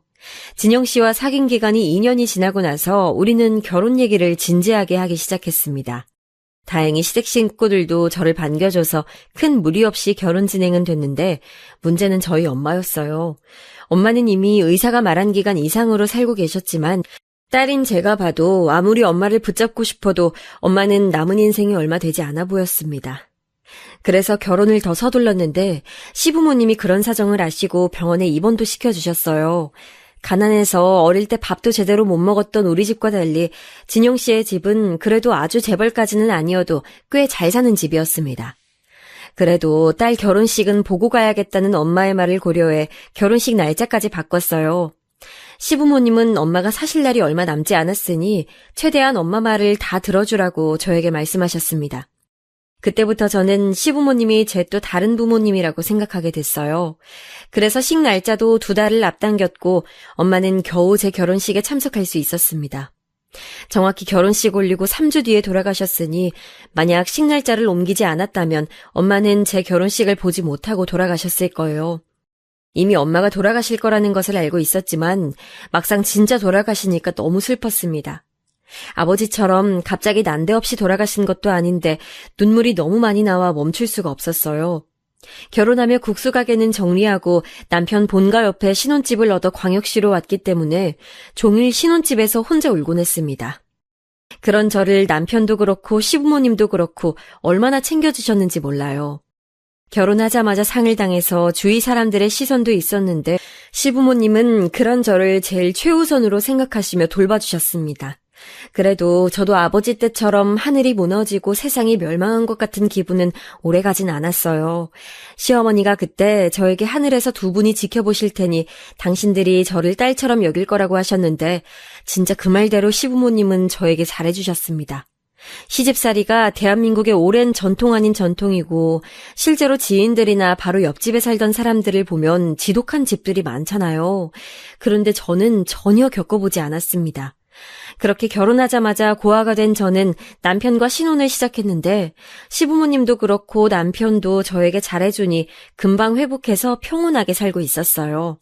남편 회사는 제조업 회사여서 출장이 매우 많았는데 그래도 조금이라도 시간이 나면 회사에서 밥을 먹지 않고 집에 와 제 얼굴을 보고 갈 정도로 지극정성이었죠. 제가 혼자 있어서 외로울까봐 시부모님은 저에게 언제든지 집에 와서 저녁을 먹고 가라고 하셨고 실제로 저녁 식사는 시댁에서 먹은 날이 아주 많았습니다. 전혀 저에게 부담을 주는 분위기는 아니었고 실제로 제가 찾아가면 이미 요리는 돼 있었고 설거지는 아예 제가 돌아가면 하셨어요. 청소기라도 돌리려고 하면 제 손에서 뺏어가시고 시어머니가 저를 아주 예뻐하셨습니다. 나중에 알고 봤더니 시댁에도 아픈 사연이 하나 있었어요. 남편이 외동인 줄 알았는데 알고 봤더니 여동생이 한 명 있었다고 합니다. 그런데 그 여동생이 초등학생 때 심하게 아파서 그만 하늘나라로 갔다고 해요. 그때 시어머니가 너무 많이 충격을 받아 한동안 정신병원까지 가서 입원하실 정도였다고 합니다. 저만 보면 그 여동생 생각이 나시는 건지 얼마나 딸처럼 대해주셨는지 몰라요. 지금은 세상에 없는 시누이지만 시어머니는 당신 딸이 크면 같이 하고 싶은 게 많았다고 저를 데리고 쇼핑도 많이 다니고 연극이나 영화도 많이 보러 다녔습니다. 저도 엄마가 하늘나라에 있으니까 각자 소중한 사람을 잃은 슬픔도 공유할 수 있으니 서로 좋았죠. 저야 뭐 부모님이 다 돌아가시고 친척들도 왕래가 끊겨 어디서 뭘 하는지 몰랐던 상황이라 상관없었는데 시댁도 친척이 많은 편은 아니었어요. 그래서 명절 때도 간소하게 차례상만 차리고 시부모님을 모시고 여행도 다니곤 했었죠. 그렇게 신혼생활을 몇 개월 지나고 저에게 아기 천사가 찾아왔습니다. 제 임신 사실을 알고 시부모님은 너무 기뻐서 눈물까지 흘리셨어요. 시어머니는 우리 집으로 와서 청소와 빨래도 하시고 갈비찜이나 잡채, 미역국 등 잔칫날에나 먹을 법한 음식들을 가져오셔서 저희 집 냉장고를 꽉 채워놓으셨습니다. 남편도 기뻐하고 저도 몸 관리를 잘하며 아기를 기다렸어요. 시부모님과 남편의 돌봄 덕분에 저는 무사히 첫째 아이를 출산했는데 성별은 아들이었습니다. 시부모님이 남아선호 사상이 있는 분들은 아니었지만 그래도 아들이라고 하니까 시아버지가 너무 기뻐하셨어요. 그때까지만 해도 저는 제 인생에 이제 더 이상의 고통은 없겠다고 생각했습니다. 하지만 그 기쁨도 오래가지 못했어요. 바로 시아버지가 다니던 회사가 부도가 났습니다. 꽤 높은 자리에 계셨던 시아버지는 그 충격에 바로 알아누우셨어요. 갑자기 생계가 끊기니 시댁은 많이 어려워졌습니다. 남편이 열심히 일해서 시부모님에게 도움을 드리려고 해도 당시 경제가 좋지 않아 그것도 한계가 있었어요. 시아버지의 회사는 도저히 회생 불가능한 상태였고 진짜 하루아침에 실직자가 돼서 시아버지는 방 안에서 나오질 않았습니다. 그렇게 인자하고 박던 시어머니도 웃음기가 사라지고 겨우 우리 아들 볼 때만 살짝 웃으셨어요. 당장 생활비는 그동안 모아놓았던 돈으로 대체했지만 노후가 문제였죠. 남편도 술을 마시는 날이 많아졌고 시어머니는 당신이라도 일해야겠다며 밖으로 나가 공장에 가셨어요. 하지만 시어머니는 평생을 집에서 살림하셨던 분이라 공장에서 일하는 걸 몸이 버텨주질 못했습니다. 공장에서 벌어오는 월급보다 병원에 가서 내둔 돈이 더 많을 지경이었죠. 결국 저는 남편과 상의 끝에 가게를 하나 열기로 결심했습니다. 제가 국수 가게를 하다 남편을 만났잖아요. 그래서 돈을 최대한 끌어모아 작은 크기의 국수 가게를 똑같이 시장에 열게 됐어요. 빚을 내서 열었던 가게라 얼마나 열심히 일했는지 모릅니다.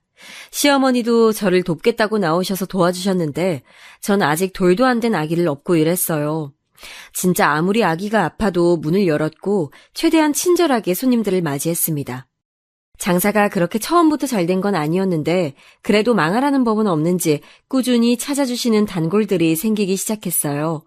시어머니도 옆에서 저를 많이 도와주셨고 전 돈을 버는 족족 저금도 하고 시아버지 건강을 챙기려고 시장을 돌아다니며 홍삼부터 몸에 좋다는 모든 음식을 사서 드렸죠. 시아버지가 눈물을 보이며 당신들은 해준 것도 없는데 왜 이렇게 며느리가 지극정성이냐고 했는데 그 말에 울컥했던 것이 생생히 기억납니다. 해준 게 없다뇨, 어머님. 아버님은 제 부모님인데 그런 말 하지 마세요. 어머님도 저한테 미안하다고 그만하세요. 실제로 시어머니는 제 얼굴만 보면 미안하다고 하셨는데 가족이란 게 이럴 때 돕고 살아야 하는 거잖아요. 그래서 진짜 제가 당당하게 말할 수 있을 정도로 전 열심히 일했습니다. 그렇게 몇 년이 지나니까 단골도 많아지고 가게 서정도 나아져서 직원까지 두고 일할 정도로 장사가 잘 되기 시작했어요. 시부모님께 용돈도 드리고 남편과 같이 우리 아들도 열심히 키웠습니다. 조금 그렇게 숨통이 트이니 시아버지도 정신 차리고 택시 운전이라도 해야겠다며 밖에 나가서 경제활동을 하시기 시작하셨습니다. 남편도 도박이나 발음 같은 문제를 전혀 일으키지 않았고 성실하게 돈을 잘 벌어왔어요. 그런 평화로운 시기가 오니까 저도 마음이 편해졌는지 바로 둘째 아이가 생기게 됐습니다. 제가 둘째를 임신했다고 하니 시부모님은 크게 기뻐하셨어요. 그러면서 제 건강이 염려된다고 가게에 적당히 나오라고 하셨는데 그래도 제 가게니까 전 임신한 몸으로 가게에 나갔습니다. 아니 사장님, 임신했는데 무리하는 거 아닌가? 적당히 해요. 내가 적당히 하면 국수 못 먹잖아요. 그래도 괜찮아요? 아, 그러네. 아이고. 손님들과 농담도 주고받으며 열심히 무거운 몸으로 일했어요. 시아버지는 그런 저를 보고 안쓰럽다고 택시를 타고 출퇴근을 시켜주셨습니다. 고작 왕복 20분 거리의 짧은 거리였는데도 기어코 본인이 데려다 주신다고 하니 거절하지 않았어요. 그리고 둘째를 무사히 낳게 됐는데 전 아이들에게 고마운 것이 임신했을 때 전혀 입덧이 없었다는 거예요. 첫째도 둘째도 몸에 무리가 크게 가지 않았고 병원에 갈 때마다 산모도 아이도 매우 건강하다는 말을 해주셨습니다. 출산할 때도 둘은 멀쩡하게 자연분만으로 태어났는데 아주 사소한 문제도 없었어요. 특히 둘째는 첫째보다 더 입덧이나 임신 때 걱정할 요소가 전혀 없었습니다. 둘째는 딸이었는데 그 소식을 듣고 시어머니가 누구보다 기뻐하셨어요. 아마 죽은 시누이가 생각나서 그랬던 것 같습니다. 전 가게를 하니까 시어머니와 시아버지가 우리 아이들을 많이 봐주셨어요. 지금 생각해도 참 감사한 부분인데 시아버지는 아들을 택시에 태워 같이 다니기도 하셨습니다. 딸은 너무 어리니 제 등에 붙어 있었는데 아들이 그걸 보며 되게 슬퍼했거든요. 그걸 눈치채시고 바로 아들을 데리고 같이 다녔는데 아들은 그 기억이 참 좋았다고 합니다. 가끔은 손님도 태우지 않고 둘이 근교에 가서 낚시도 하고 오곤 했거든요. 이렇게 좋은 시부모님이 있으니 저도 가게에서 얼마나 열심히 일했는지 몰라요. 고난이 있어도 가족끼리 뭉치면 끄떡 없다는 것을 깨닫게 된 계기가 되기도 했습니다. 하지만 그 행복도 잠시 깨지게 됐는데 바로 시아버지가 사고가 나셨어요. 손님을 태우고 가다 트럭하고 부딪혀서 중환자실에 입원하게 되셨는데 그 소식을 듣고 얼마나 놀랐는지 모릅니다. 그때 저는 가게에서 시어머니와 아이들과 같이 있었는데 전화를 받고 바로 가게 문을 닫고 병원으로 달려갔어요. 천만다행으로 우리 아버지가 그랬던 것처럼 바로 즉사하신 것은 아니었고 아직 숨은 끊어지지 않았다고 했지만 상태가 워낙 심각해서 큰 수술만 4번을 했습니다. 남편은 일해야 하니까 시어머니와 제가 돌아가며 시아버지를 지켰는데 병원비가 말도 못할 정도였어요. 나중에 의사가 수술 비용을 말할 때는 시어머니가 제 손을 꼭 잡고 이렇게 말씀하셨습니다. 그냥 보내주자. 그동안 아들 부부한테 받은 게 많아 더 부탁하는 것도 염치가 없어. 이미 3번의 수술을 한 상태였고 마지막 남은 희망으로 수술하려 했는데 시어머니는 엉엉 우시며 하지 말자고 하셨어요. 그래도 남편과 저는 끝까지 최선을 다해야 후회가 없다고 시어머니를 설득하고 은행에 가서 대출을 받아 수술비를 냈습니다. 그때는 당연히 돈에 관한 생각을 했지만 그것보다 시아버지가 제발 하늘나라로 가지 않길 바랐어요. 저는 종교도 없는데 아이들을 데리고 교회에 가서 기도를 얼마나 했는지 모릅니다. 남편의 눈물도 그때 처음 봤는데 너무 절망적으로 수술이 그렇게 좋게 되지 않았습니다. 시아버진 돌아가시기 직전에 잠깐 정신이 들었는데 그때 저를 보고 미안하다고 하셨어요. 저도 참을 수가 없어 울면서 다 괜찮으니 제발 정신 차리라고 했는데 그 말을 끝으로 시아버지는 돌아가시게 됐습니다. 시아버지가 돌아가시고 저는 슬픔을 빨리 떨쳐내지 못했어요. 가게도 나가기가 싫어 문을 닫는 날도 많았고 아이들을 돌보는 것도 힘들어 어린이집에 돌도 안 된 둘째를 보내기도 했습니다. 왜 힘든 일은 한 번에 일어나는지 모르겠는데 남편의 회사가 그때 너무 휘청거려서 월급도 밀렸습니다. 당장 생활비가 없으니 가게에 나가야 했는데 그게 쉽지 않았어요. 다 놔버리고 싶었고 정신을 차릴 수가 없어 하루하루 술에 의존하며 살았는데 그때 제 곁을 지켜준 것이 바로 시어머니랍니다. 시어머니는 당신 남편이 돌아가신 거니 저보다 더 슬펐을 텐데 저도 그렇고 남편도 그렇고 둘이 너무 슬퍼하니까 본인이 더 힘을 내서 우리를 위로하셨어요.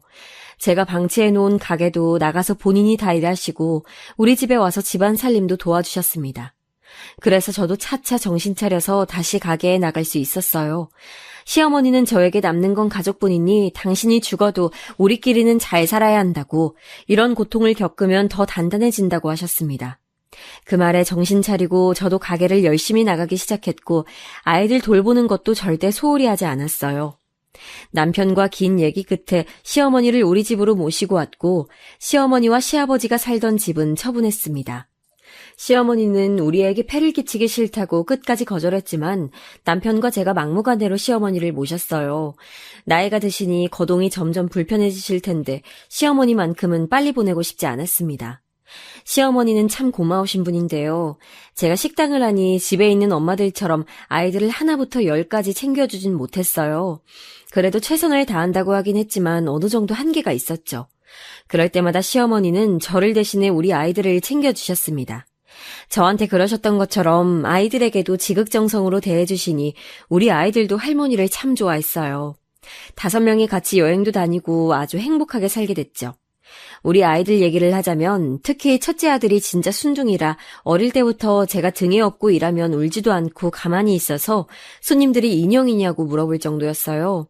원체 순하게 태어난 아들은 딸이 장난감을 뺐거나 그래도 울지 않고 오히려 더 가지고 놀라고 하고 유치원에 가서도 누가 괴롭히면 그대로 괴롭힘을 당하는 아이였습니다. 답답한 마음에 너도 맞으면 때리라고 해도 들은 척도 하지 않고 오히려 저한테 때리면 친구가 아프니까 그런 소리 하지 말라고 하더라고요. 시어머니에게 말하면 남편이 어릴 때 그랬다던데 이래서 부전자전 소리가 있는 것 같습니다. 아들은 원래 조용하고 말수가 별로 없어서 오죽하면 제가 어릴 때 걱정이 되어 병원까지 데리고 갔을 정도예요. 병원에서는 아들이 발달 과정이 느린 것도 아니고 그냥 때가 되면 알아서 걷고 말하고 할 테니 걱정하지 말라고 했는데 전 걱정이 이만저만이 아니었습니다. 특히 그 걱정은 유치원 때가 제일 심했어요. 아들은 숫기도 없고 소심한 편이라 항상 친구들에게 맞고 돌아왔거든요. 그래서 남편과 저는 일부러 운동학원에 보내기도 했는데 소심한 성격은 고칠 수가 없었습니다. 학교에 가서 적응하지 못할까봐 걱정을 많이 했는데 정말 다행히도 아들이 공부를 잘했어요. 저는 사실 처음에 아들이 1등을 했다는 소식을 듣고 믿지 않았습니다. 근데 진짜로 아들은 조용히 하교하고 돌아와서도 혼자 집에서 공부하고 숙제하고 도서관에 가서 책을 읽었어요. 남편도 저도 아이들에게 공부하라고 압박을 주는 사람들이 전혀 아니고 시어머니도 전혀 그런 분이 아니라 아무도 아들에게 공부 소리를 하지 않았는데 자기가 나서서 그렇게 하더라고요. 아이가 공부를 잘하는데 싫어할 부모가 어디 있겠어요? 또 우리가 살던 동네가 워낙 좁아서 한 다리 건너면 다 아는 사이였는데 그래서 손님들이 이 집 아들이 1등이라며 소리를 하면 저도 모르게 입이 찢어질 정도로 웃었죠. 그렇게 넉넉한 형편은 아니었어도 공부한다는 아들에게 적어도 누가 되진 않아야 한다는 생각에 더 열심히 일했습니다. 그래서 힘들어도 힘들다고 느끼지 못했죠. 조용하고 공부만 하는 아들과 달리 딸은 억세고 장난기도 많았습니다.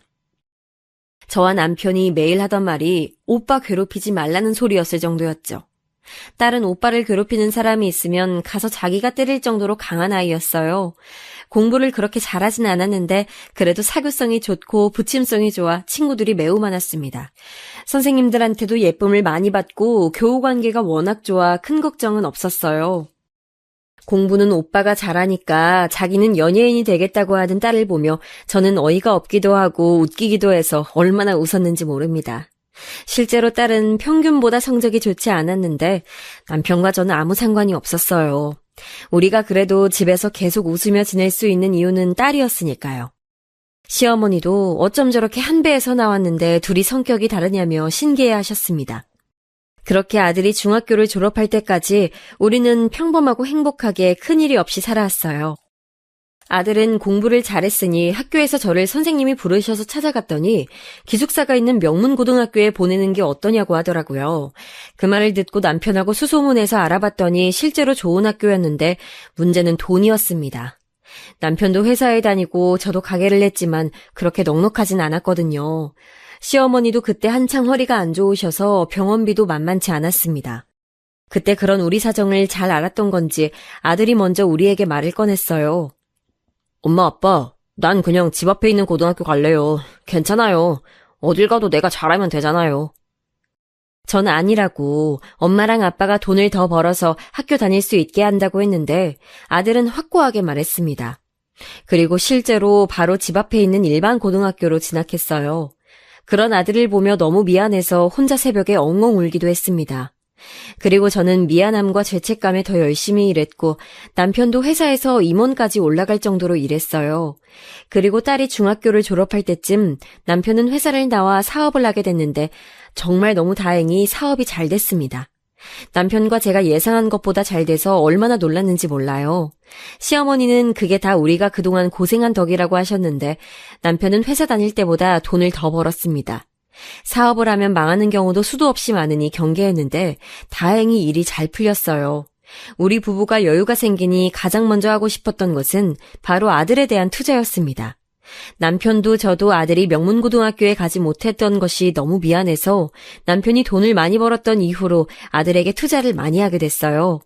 착한 아들은 그러지 않아도 된다고 했지만 실제로 아들은 우리가 평범하게 살아 넉넉하게 교육에 투자해주진 못해도 알아서 공부해서 상위권을 유지하고 있었습니다. 남편과 저는 명문대학생을 불러 아들 과외로 붙여줬고 맛있는 것도 사주고 열심히 도와줬어요. 결국 아들은 서울에 있는 명문 사립대학교에 입학할 수 있었습니다. 입학식 때 시어머니와 같이 올라갔는데 저는 몇십 년 만에 서울을 보고 감격해서 눈물이 나왔어요. 그때는 혼자 돈 버느라 바쁘게 옥탑방에서 회사에 다녔는데 똑같은 나이에 우리 아들은 대학에 다니니 감회가 새로웠습니다. 고생하지 말라고 집도 좋은 곳에 얻어주고 용돈도 꾸준히 보냈는데 아들은 본인이 과외를 하며 용돈을 벌고 있으니 돈을 주지 말라고 하더라고요. 사는 게 바빠 많이 챙겨주지 못했는데 어떻게 저렇게 잘할 수 있는 건지 아들에게 마냥 고마운 마음뿐이었습니다. 남편은 사업이 잘 되니 저에게 국수 가게를 접는 것이 어떠냐고 말했어요. 전 가게를 운영하며 정도 많이 들었고 단골 손님이 많아 처음엔 거절했습니다. 하지만 시어머니의 건강이 날이 갈수록 나빠지기도 했고 저도 나이가 드는 건지 몸이 성하지 않아 결국 가게를 접게 됐어요. 그리고 남편이 벌어오는 돈으로 시어머니를 모시고 병원에 다니고 저도 그동안 못했던 취미생활도 하고 지인도 만나면서 지내게 됐습니다. 그렇게 딸도 고등학교를 졸업했는데 공부를 잘하진 않았던 터라 우리 지역에 있던 국립대학교에 입학하게 됐어요. 그래도 대학에 가는 게 대단하다고 남편과 저는 기뻐했습니다. 딸도 대학에 입학하고 자식들이 나가서 사니까 확실히 조금 허하긴 했는데 그럴 때마다 남편과 시어머니에게 의지를 많이 했어요. 그런데 시어머니가 어디 큰 병에 있는 건 아닌데 기력이 날이 갈수록 약해지기 시작하셨습니다. 시어머니는 그러면서 저희 엄마가 예전에 둘이 살았던 시골로 가고 싶어 하셨어요. 거기가 공기가 좋고 한적하니까요. 그래서 남편과 상의 끝에 저는 시어머니와 둘이 시골로 가게 됐습니다. 어차피 먼 거리도 아니었고 저도 운전을 할 수 있으니 20분 걸리는 시골과 광역시에 있는 집을 번갈아 살게 됐죠. 확실히 시골로 거처를 옮기고 시어머니는 예전보다 건강을 회복하셨어요. 그런 저에게 남편은 고맙다고 했는데 전 시어머니가 저에게 얼마나 잘해주셨는지 아니까 저절로 나온 마음이었습니다. 그리고 그렇게 몇 년 지나고 아들이 결혼하겠다고 여자를 데려오게 됐어요. 앞서 말했듯 시부모님이 저를 너무 잘 챙겨주셔서 저도 며느리가 들어오면 잘해줘야지 생각하고 있었습니다. 그래서 상대적으로 잘 사는 저희 집이 결혼식장 비용도 내주고 신혼집도 서울에 있는 아파트를 마련해줬어요. 예단은 생략했고 아들 부부가 잘 살면 그것보다 좋은 게 없다며 너희들끼리 알아서 잘 살라고 했습니다. 며느리가 내려올 때마다 용돈도 아들 몰래 챙겨주고 시어머니가 저한테 해줬던 것처럼 지극정성으로 대했어요. 며느리는 결혼하고 몇 달 뒤에 바로 임신했는데 그걸 알고 병원비를 포함해서 용돈도 많이 줬습니다. 아이를 낳고 요즘은 조리원이라는 것도 있는데 조리원 비용도 다 내줬죠. 백화점에 데려가서 아이들 용품을 포함해 며느리가 입을 옷과 가방도 얼마나 많이 샀는지 몰라요. 남편과 제가 그렇게 아들 부부에게 잘해줬던 건 우리가 물리적으로 떨어져 있어도 가족이란 건 서로 돕고 사는 거잖아요. 실제로 저는 결혼하고 가족의 의미를 잘 알게 됐던 사람이라 더 그랬습니다. 며느리는 저와 똑같이 남매를 낳았는데 아들이 바빠 잘 내려오지 못해서 많이 볼 순 없어도 가끔 보면 얼마나 사랑스러웠는지 모릅니다. 시어머니도 우리 아들이 아이들을 데려오면 기력이 없어 누워 계시다가도 일어나서 웃으면서 반기셨어요. 슬프게도 시어머니는 첫째 손주가 유치원에 들어갈 때 돌아가셨습니다. 시어머니는 암에 걸려서 고통스럽게 돌아가신 건 절대 아니었고 노안으로 돌아가셨어요. 마지막까지 제가 옆에 있었는데 시어머니는 본인 아들인 남편보다 제 손을 꼭 잡고 계셨습니다. 그래도 우리 부모님을 떠나보내고 시아버지도 떠나보내니 죽음은 처음이 아니라 나름 익숙한데도 눈물은 멈출 수가 없더라고요. 아무리 먼저 보낸 분들이 있어도 시어머니와 정들었던 마음이 너무 커서 주체할 수가 없었죠. 그렇게 시어머니를 보내며 전 마음속으로 더 다짐했습니다. 우리 며느리에게도 우리 시어머니가 나한테 그랬던 것처럼 잘해줘야지 생각하며 며느리가 명절에 내려오면 진짜 손에 물 한 방울 묻히지 않았어요. 올 때마다 용돈을 오히려 줬고 고생한다며 말했습니다. 손주들이 보고 싶어도 보고 싶다고 말하면 부담이 될까봐 자주 연락하지도 않았어요. 심지어 저는 며느리가 작은 카페를 열고 싶다고 해서 남편과 가게까지 열어주기도 했어요. 주변에서는 며느리가 불려오라고 했는데 전 그런 지인들에게 그런 소리 하지 말라고 일부러 말하기도 했습니다. 그냥 진짜 좋은 마음으로 베풀었던 거예요. 그러던 어느 날 사건이 일어났습니다. 시댁 친척 결혼식이 있었어요. 마침 그게 또 서울이었고 아들 집과 5분 거리에 있는 곳에서 한다는 말을 듣게 됐어요. 남편은 일하느라 너무 바빠 올라가지 못할 것 같아 혼자 가게 됐는데 마침 또 아들은 주재원으로 외국에 나가 있어서 아들 집에는 며느리와 아이들만 있었습니다. 그때 한창 며느리도 그렇고 손주들도 그렇고 제가 2년을 못 보고 있어서 오랜만에 얼굴이나 볼까 싶어 올라갔어요. 사는 게 바쁘기도 하고 며느리가 아이들 교육에 관심이 많아 신경을 쓰는 것을 아니까 간 김에 용돈도 많이 주고 오려고 남편에게 말해 봉투까지 챙겨서 올라갔습니다.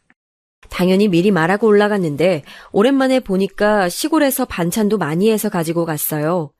기차를 타고 서울에 도착했는데 너무 번화가라 사람이 어찌나 많은지 정신을 차릴 수가 없었습니다.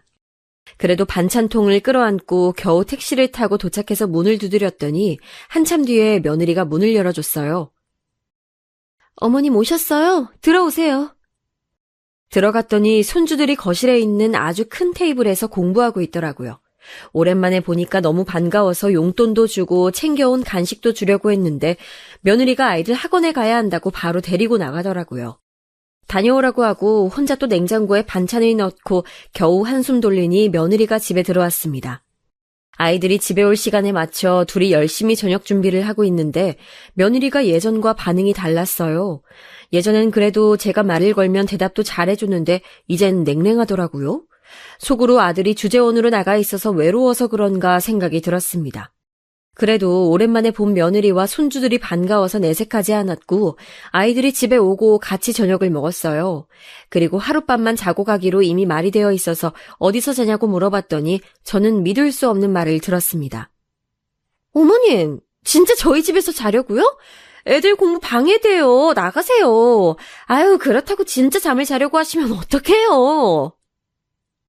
저는 손주들 앞에서 저런 말을 들으니 민망하기도 하고 당황스러워서 한마디도 하지 못했어요. 가만히 있는 저에게 아파트 옆에 모텔이 있다고 저에게 3만 원을 주며 가라고 하더라고요. 심지어 그 집은 저와 남편이 사준 아파트거든요. 그런데도 하룻밤도 재워주지 못한다고 나가라는 며느리를 보며 너무 서러웠습니다. 물론 무언가를 바라고 한 행동은 아니지만 그동안 며느리에게 물질적으로도 심적으로도 정말 부족함 없이 잘해줬거든요. 네가 어떻게 그럴 수 있냐고 하려다가 그냥 저 혼자 꾹 참으려고 이를 악물고 나가려고 가방을 찾고 있었습니다. 며느리는 안방 문을 닫고 들어갔고 전 눈물이 나오는 것을 꾹 참고 손주들의 얼굴을 한번 쓰다듬고 나가려는데 갑자기 어린 손녀가 저를 붙잡더니 말을 꺼냈습니다. 할머니, 엄마가 맨날 이상한 아저씨 데리고 와요. 우리 아빠는 언제 집에 와요? 뭐? 그게 무슨 말이야? 엄마가 밤만 되면 아저씨 데리고 집에 오는데 무서워요. 오늘도 그럴 것 같아요. 가지 마요, 할머니. 믿을 수 없는 말에 전 바로 며느리를 찾아 안방으로 가려다가 만약 이게 사실이라면 증거가 필요할 것 같았습니다. 그래서 손주들을 데리고 며느리에게 말하고 오늘은 내가 데리고 가겠다고 했어요. 그랬더니 며느리는 손을 휘휘 저으며 알아서 하라고 하고 전화하기 바쁘더라고요. 집을 나와 아이들에게 물어봤더니 손녀의 말대로 손자도 그게 사실이라고 말했습니다. 전 모텔에 아이들을 데리고 가서 절대 나오지 말라고 하고 아파트로 가서 기다렸더니 진짜 제가 아들에게 마련해준 아파트로 모르는 사람이 들어가더라고요. 바로 그 모습을 사진을 찍어 넣고 제 남편에게 전송했습니다. 당연히 남편은 바로 전화가 왔고 그 뒤로 무슨 정신으로 지냈는지 모르겠어요. 아이들의 진술도 있었고 결정적으로 제가 찍은 사진도 있었고 무엇보다 며느리 핸드폰에는 바람의 흔적이 가득했습니다. 걸리지 않겠지 생각했던 건지 증거가 너무 많아서 골라내는 것이 오히려 힘들었어요. 남편과 제가 며느리가 부담될까봐 일부러 연락하지 않았었는데 그걸 이용한 거였죠. 심지어 남편과 제가 마련해준 카페에도 그 남자와 같이 일하는 모습에 입을 다물 수가 없었어요. 외국에 있던 아들에게 연락해서 상황 설명을 하니 한숨을 푹 쉬더라고요. 며느리는 처음엔 죽어도 자기 잘못이 아니라고 하더니 나중에 소송을 하며 재산 분할이 끝나자 그제야 자기가 미쳤다고 한 번만 용서해달라고 빌었습니다. 전 머리가 아파 변호사를 세워 해결했는데 결론만 말하면 며느린 결국 이혼당해서 쫓겨났습니다. 그동안 우리 아들이 벌었던 돈으로 그 남자와 얼마나 자기 돈인 것처럼 행동했었는지 아이들에게도 신경을 쓰지 않았더라고요. 공부하라고 학원만 계속 돌리고 식사는 제대로 챙기지도 않았다는 소리를 듣고 우리 손주들이 불쌍했습니다. 아들은 바로 한국으로 와서 아이들을 챙겼고 양육권도 지켰어요. 며느리의 발음이 충격이었는데 다행히 아들과 손주들은 금방 회복했습니다. 남편과 저도 옆에서 많이 도와줬어요. 며느리는 잊을만 하면 연락이 와서 한 번만 봐달라고 사정했는데 아들은 꿈쩍도 하지 않았습니다. 우리 재산으로 그동안 잘 먹고 잘 살더니 갑자기 빈털터리가 된 터라 아무래도 마음이 급했겠죠. 그래도 우리 가족은 아무도 흔들리지 않고 며느리를 쫓아냈습니다. 딸은 이 내용을 알고 참을 수 없다고 찾아가서 화내겠다고 해서 제가 말리느라 얼마나 고생했는지 몰라요. 제 사연은 여기까지인데 재밌게 들으셨는지 모르겠습니다. 앞으로 남은 인생은 남편과 우리 자식들 그리고 손주들과 행복하게 살도록 노력하려고요. 들어주셔서 감사합니다. 다들 몸과 마음 둘 다 건강히 지내시길 바랄게요.